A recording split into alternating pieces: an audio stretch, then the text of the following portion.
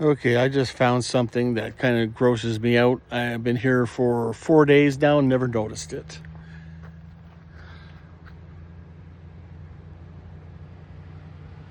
That's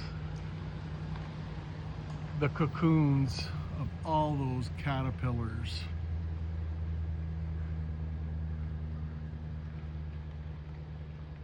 They're on every branch. Right on top of my table. Oh. Ugh, yuck. Okay, I'm out of here tomorrow. I can't take this shit.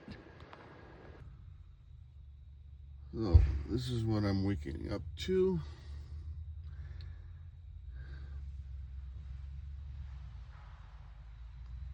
Just moths everywhere. Let's go see what it looks like outside. Rained all night and morning.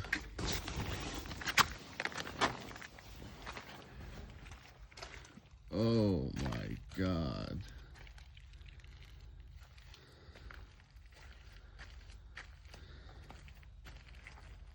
That's just gross.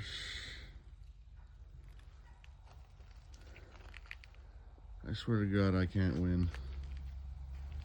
I gotta clean this shit off my tent and my gazebo. Ugh.